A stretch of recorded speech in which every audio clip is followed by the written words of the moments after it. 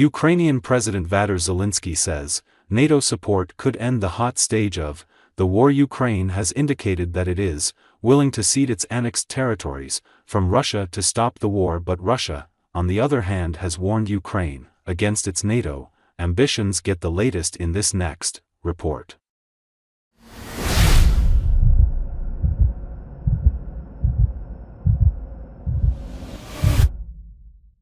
One of Europe's fiercest armed conflicts since World War II, the Russia-Ukraine war, has resulted in thousands of deaths and massive destruction of infrastructure. Moscow's attack on Ukraine's energy facilities has left over 1 million households without power. With Washington's permission, Ukraine is striking deep inside Russia with US-made long-range missiles, but it is a race against time, with US President-elect Donald Trump promising to end the Russia-Ukraine war soon after he takes the office. Ukraine is desperate for a solution that will not worsen its position. Ukrainian President Zelensky has even held out the possibility that his country could cede territory to Russia temporarily in exchange of a NATO umbrella over the territory that Ukraine still holds.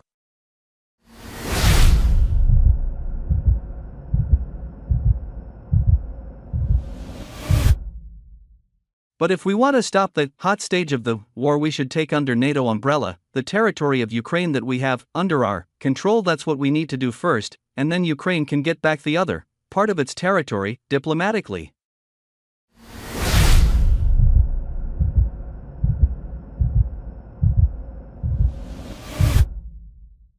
And that is a big come down. Could had all along stated that it will continue to fight Russia till Ukraine return to its internationally recognized borders. These include Crimea as well as the 4 regions annexed in 2022: Donetsk, Luhansk and Zaporizhzhia. Now Ukraine has opened itself to other security guarantees to achieve peace, but Russian President Vladimir Putin is adamant on his demands, one of which says that Kyiv must give up its NATO ambitions and surrender the 4 provinces claimed by Moscow. The Russian president has warned Ukraine it may even strike decision-making centers in Kyiv with its new missile.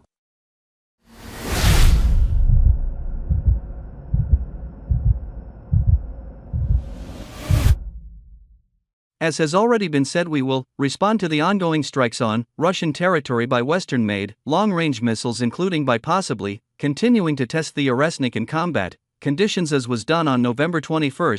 At present, the Ministry of Defense and the General Staff of the Russian Army are selecting targets to hit on Ukrainian territory. These could be military facilities, defense industry, enterprises, or decision-making centers in Kiev.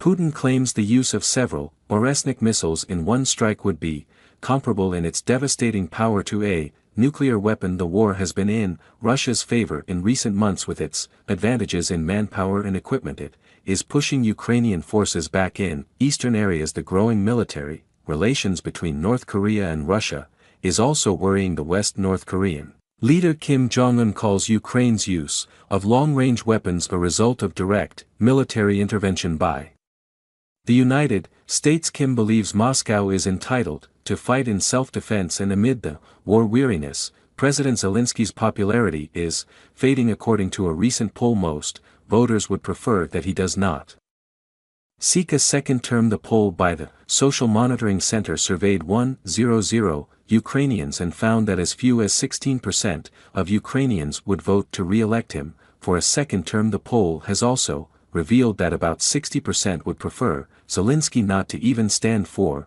re-election. It remains unclear when Ukrainians will be able to choose their next president. Zelensky's term of office ended in May, but new elections are suspended indefinitely under martial law that was introduced at the start of the Russian invasion.